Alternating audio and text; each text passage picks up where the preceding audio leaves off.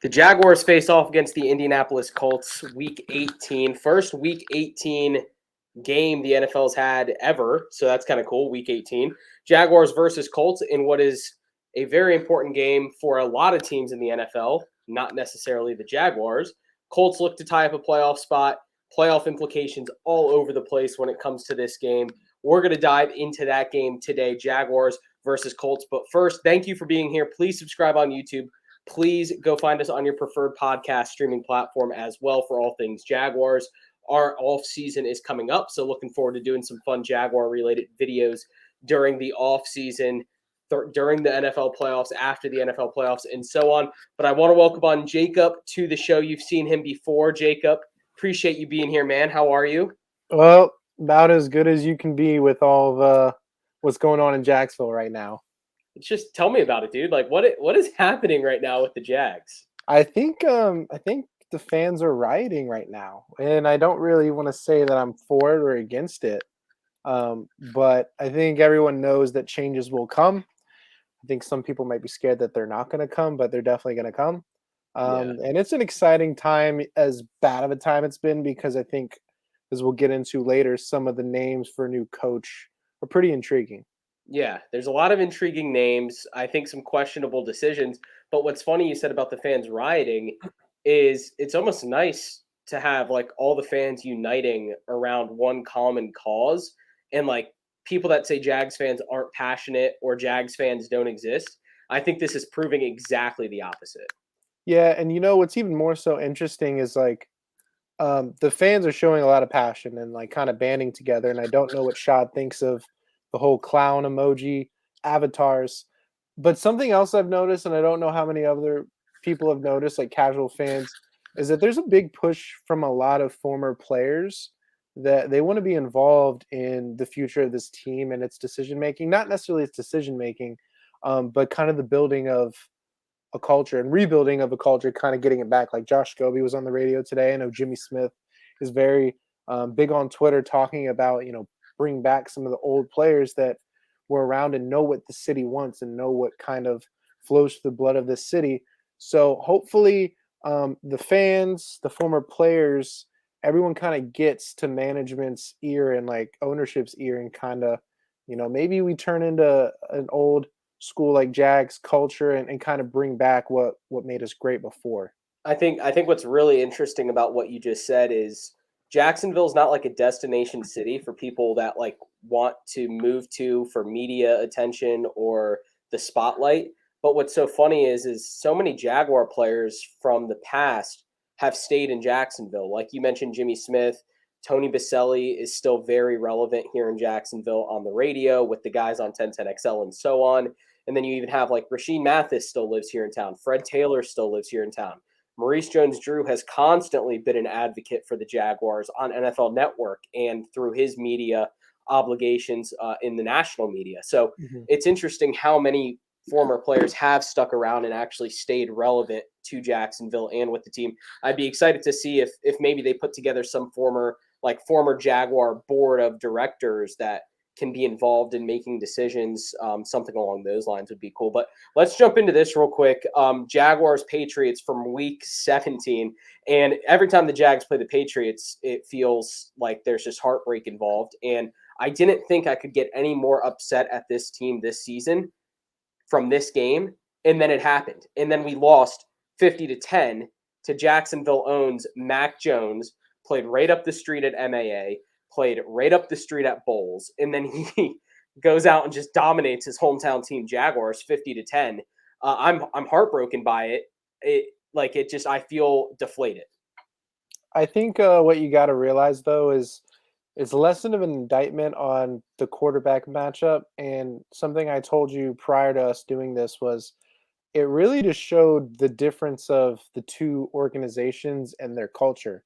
Like we just mentioned before, the Patriots have built this great culture, and we kind of thought it was Tom Brady. We kind of said, "Oh no, it's the coach and Belichick, and maybe it's just both." And really, I think it is. It was both, and that's why they kept going to so many Super Bowls. But the structure and the culture of that organization is so strong that no matter who comes through, they always seem to know what they need to do to win games.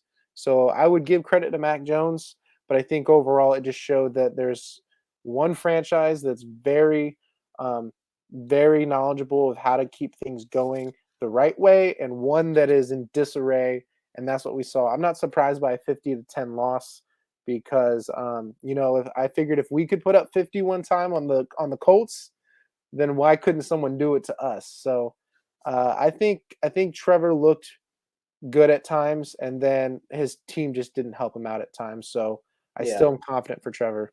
Yeah, I think ultimately Trevor just looks like he's getting frustrated, which rightfully so. I mean, that was, game 17 of the season, and things have not looked like they've gotten better for the Jags, or I guess game 16 for the Jags. But they have game 17 coming up.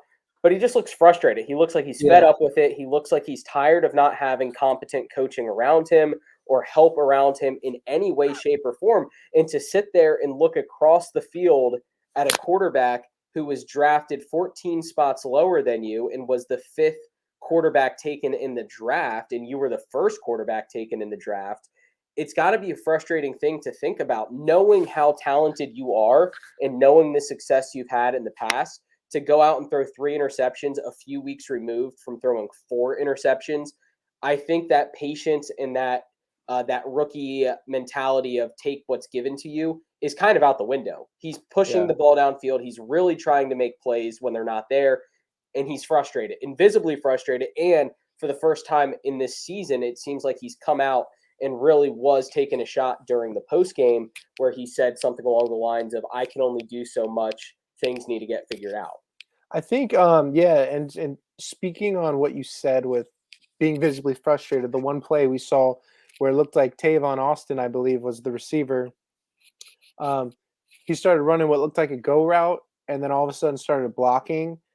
When I think Trevor thought he was gonna like finish the route, and he just throws it up to nobody, and that was one of the plays where I saw him like just put his head back. And it's not the type of um, disgust I feel I've seen in quarterbacks that are losing confidence. It's more of like he knows what should have happened, and he knows what he's like throwing to is not the best right now, and it's frustrating when you can't do that. But it like I said, with Mac Jones, we didn't see anything super crazy. I just remember watching their offense line up, motion, do these things, and it just looked like a well-oiled machine. And we are not even close to that. So I think some of the deep shots he's taking, I don't know if he's doing that now because Urban Meyer's gone, or if he's doing that because he just realizes he wants to make these moves. Um, I don't know if you could hear that. I was getting a call, No, yeah, but you're good. Yeah, hey, maybe it's uh, the Jags calling about the head coaching yeah, position. I really wish if they would get my opinion, but They're like, "Hey, Jacob, come coach us down at the bank." yeah, Uh, go ahead. what I was going to say though is, Patriots had Cam Newton last year. They really had a subpar year, didn't make the playoffs. But what this year has proven to me is that the Patriots do what they want when they want to do it with the coaching staff they have. And they weren't going to take the time to build around Cam Newton. They did the best to put the product on the field that would make the fans happy, and whatever, we'll get through the season. But the second they go out and get Mac Jones, and then in free agency, they go out and get Hunter Henry, who is like tied for the lead in touchdowns for tight ends, and Jonnu Smith, who is making plays for Mac Jones. And then you have guys like Kendrick Bourne and Jacoby Myers out there making plays. And the Patriots, so much to the extent of they sat an active, healthy cut, N'Keal Harry, their first round pick from a few years ago, in place of Christian Wilkerson, who was like an undrafted free agent, just because that's the type of team they are. Like they can take risks doing that to see what they have in other guys. They're so calculated, they're so good, and honestly, props to the Patriots for being as good as they are. It's quite impressive. Mac Jones finished 22 of 30 for 227 yards and 3 touchdowns. 5 players on the team had multiple catches, including Brandon Bolden out of the backfield, Hunter Henry, Christian Wilkerson, 4 catches and 2 touchdowns, Jacoby Myers, 8 catches and 1 touchdown, and Kendrick Bourne, 5 catches for 76 yards. So, I mean, they were spreading the ball around. Defense obviously stepped up. Jags are not good. Trevor Lawrence got his first passing touchdown in like 8 games. So that is what it is. And unfortunately for the Jaguars, they now face an Indianapolis Colts team that is in a must-win game for their playoff lives. Well, I guess not must win. They do control their own destiny if they do win.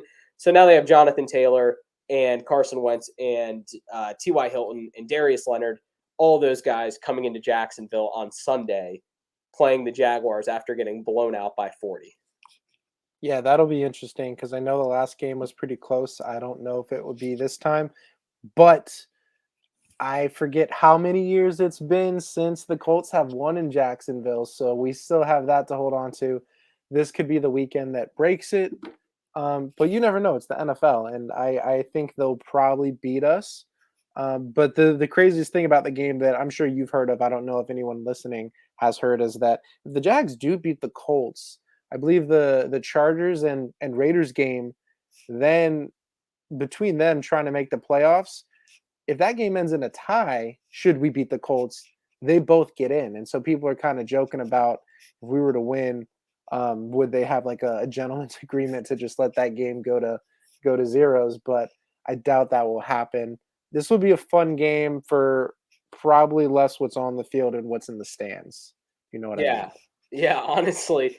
Well, first of all, I feel like the Jaguar fan aspect of this game, and as far as the meaningfulness, I guess I don't know what word I'm looking for, but the I guess the meaningful, like how meaningful this game is irrelevant to Jags fans. It's There's so many other teams out there that this game matters more. The impact across the league. I'll run through this real quick. Teams that need the Colts to lose. The Ravens need the Colts to lose to keep their playoff chances alive. The Raiders need the Colts to lose if Vegas were to happen to tie. And then it goes on with playoff seeding. The Steelers could still make it if the Colts lose. So many people. And the funny thing is a lot of those good teams play at 4:00 and the Colts play at 1:00 against the Jags. So a lot of those teams are going to be scoreboard watching, and they'll know Yeah. what they need to happen by the time their game happens. It must be So nice. It must be yeah, nice to be able to scoreboard watch a game like that and yeah. oh, lose, we're in.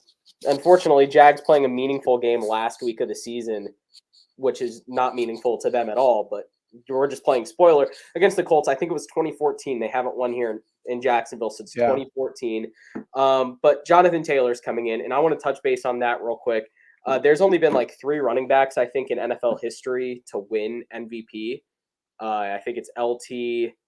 I think Sean Alexander won it.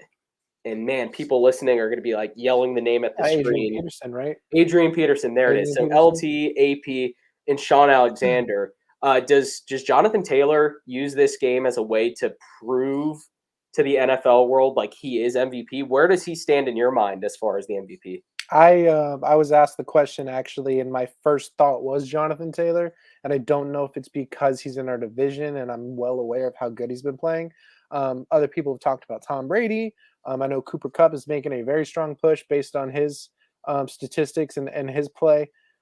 Jonathan Taylor, I think, needs like something like 260 or 70 some yards rushing to hit 2,000, which at the end of the day, it's not likely, but it's also not impossible with who he's playing. 266, 266. But technically, too, we now are in a week 18. We're in a 17th game, so there's a difference on what 2,000 yards in an 18 games or 17 game season is compared to before. Unfortunately, I just feel like it's a quarterback award most of the time, but I would probably give him that credit because I think Brady has a lot of great pieces around him, even though he's the engine that makes that thing go.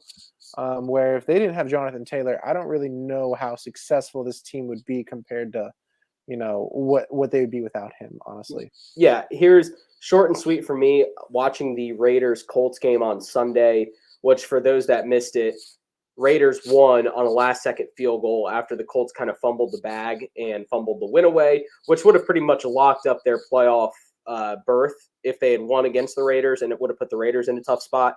But Carson Wentz drops back and overthrows a wide-open T.Y. Hilton by about 2 yards, 3 yards, and you just have to think to yourself, like, if that's what the Colts are dealing with is Carson Wentz not being able to ice the game away to a wide-open receiver. They were up by 4. It was a wide open touchdown with about 8 minutes left. It would have ended the game right there pretty much. And you give the ball to Jonathan Taylor. He's picking up 4 or 5 yards of carry. and a bunch of yards, a bunch of touchdowns. It's just that's how much Jonathan Taylor means to this team is you're working with a guy like Carson Wentz who can't hit open receivers. How did they get to 9-7 to begin with? Mm-hmm. They've ran the ball with Jonathan Taylor. And you mentioned Cooper Kupp. If a running back's not going to get it, I doubt a receiver is going to get it, because it's just any receiver statistics come directly from a quarterback. So for the most part, if you look at a receiver statistics, all those numbers are also going to look great for the quarterback and then some. But if you had to rank them right now, those four guys, I mean, you have Aaron Rodgers, Tom Brady, Jonathan Taylor, Cooper Kupp. Rank those as their fifth. Is there anyone else like that could sneak in? I mean, nobody off the top of my head, but I would say, because I'm a big advocate for like most valuable player rather than like, just best offensive production or whatever. I feel like I always think of like if you took that player away, which really makes it fall in favor though of quarterbacks, because if you took Tom Brady away, I'm sure that they wouldn't be as successful. But at the end of the day, if you have playmakers like Antonio Brown, Mike Evans, Chris Godwin there, I'm sure some other quarterbacks can still like Jameis Winston still threw for 5,000 yards with that Bucks team, a few years ago. So it's not like a quarterback can't still produce. He just makes good decisions. I think what Jonathan Taylor's doing, and I think what Cooper Kupp is doing, is pretty great. I mean, we've seen Aaron Rodgers do it. He also has Devontae Adams, but Aaron Rodgers is still great. They're just linked up so well. But what Jonathan Taylor's doing with his team, and then even what Cooper Kupp is, that could be seen as a system thing, but he's also just blown it out of the water. I'm going to give it to Jonathan Taylor personally, and then I would say like Brady, Kupp, and Rodgers, if you want me to rank them. yeah. And I did that quick, so there's no super thinking behind it. Yeah, no, I agree. I think just ultimately Jonathan Taylor is the most valuable player in the league this year. He is the Colts. The Colts run through him. And ultimately, Aaron Rodgers and Tom Brady, unfortunately, they get that LeBron James type treatment where the expectations for them are so high every year that oftentimes what is great for them exceeds what is great for everyone else. We expect so much for those players that, like, LeBron James has been the best player in the world for like 7 straight years and hasn't won NBA MVP for like 7 straight years. So it's the same with like Aaron Rodgers and Tom Brady. We just expect greatness for them, which is great. Like it's I would love to be in that category of just expect greatness. But I think ultimately Jonathan Taylor, what we've seen from him, we haven't really seen a running back do in recent years. So it's been pretty impressive, especially since the NFL is kind of trending towards the air attack offense and offensive points passing type game. Anything else from you as far as on the field, Jaguars, Colts, before we move forward, talk a little bit more about beyond the white lines of the football field with what's going on within the Jags? No, I think we're good. I think it'll just be interesting to see the whole clown thing that potentially happens. This could be a memorable game in history. Yeah. Kind of like the Browns with the bags on their head. This could be one of those things we see for years. Well, let's do a quick score prediction real quick for Jags Colts before we move ahead. Jags Colts. Colts are favored by 16 right now. That line will likely move based on the Jags just losing by 40 points. I imagine that line will move closer to 17 points by Sunday at 1:00, and over/unders at 44. So, any predictions from you on that? Just kind of going through my head, I kind of put together a score of 34-13. Okay. Colts win. Yeah, I was going to say something along the lines of 31-10. So very, very similar to you. If this hits the over, again, it's going to be because the Colts score 30-plus points. It's not going to be because the Jags are competitive. But I think the Jags have hit the over in each of their last 3 games, which is quite impressive for a team that hit the total under in about 10 straight games. So we'll keep our eyes on that. If you're watching on YouTube, please feel free to go find part 2 of this episode. We will have part 2 up and running, talking Trent Baalke, GM situation in Jacksonville, head coaching search in Jacksonville, more Jacksonville stuff. If you're listening on Spotify, stay right here where you're at. More talk coming to you. And I want to give a quick shout out to Cimarron Golf Club. They do a fantastic job over there off County Road 210, just west of St. John's Parkway. Thank you to all they do.